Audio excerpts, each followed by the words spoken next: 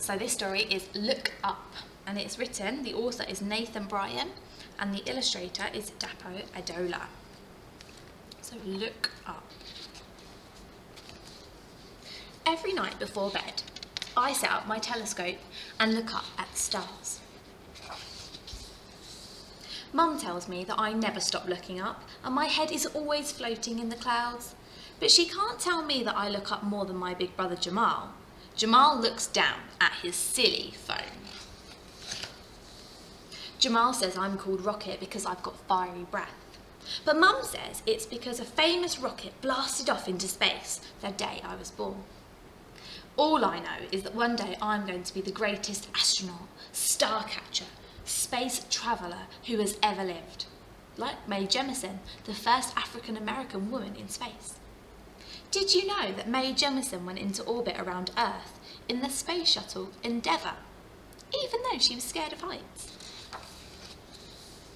I'm totally prepared. I've defied gravity, captured rare and exotic life forms, and built a ship to the stars. For today's mission, I'm going to see something incredible, the Phoenix meteor shower. I want everyone to see it with me, so I've made some flyers to hand out. Jamal is going to take me to the park to see the meteor shower. But first we have to go to the supermarket. While he's looking for the milk, I will be trying to find the astronaut food. Did you know that meteor showers happen when Earth moves through the trail of dust left by a comet? Did you know that most meteors are smaller than a grain of sand? And did you know that meteors are bits of dust burning up in the atmosphere? And did you know the best time to see a meteor shower is when it's dark with no clouds? In the supermarket, when Kathy the cashier isn't looking, I grab the microphone. Tonight, come and witness the amazing Phoenix meteor shower. Everyone looks up.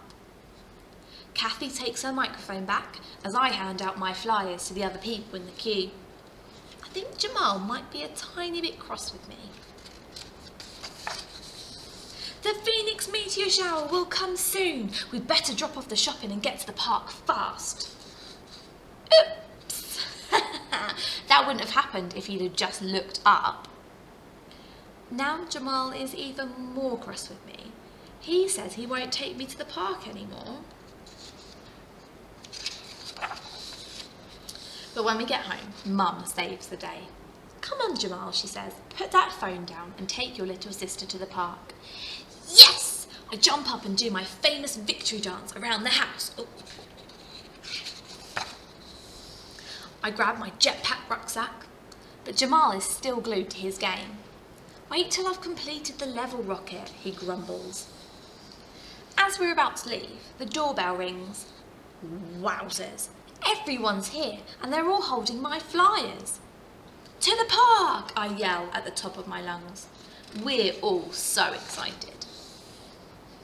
My neck is aching from staring up into the night sky, but I won't stop. I can't miss it.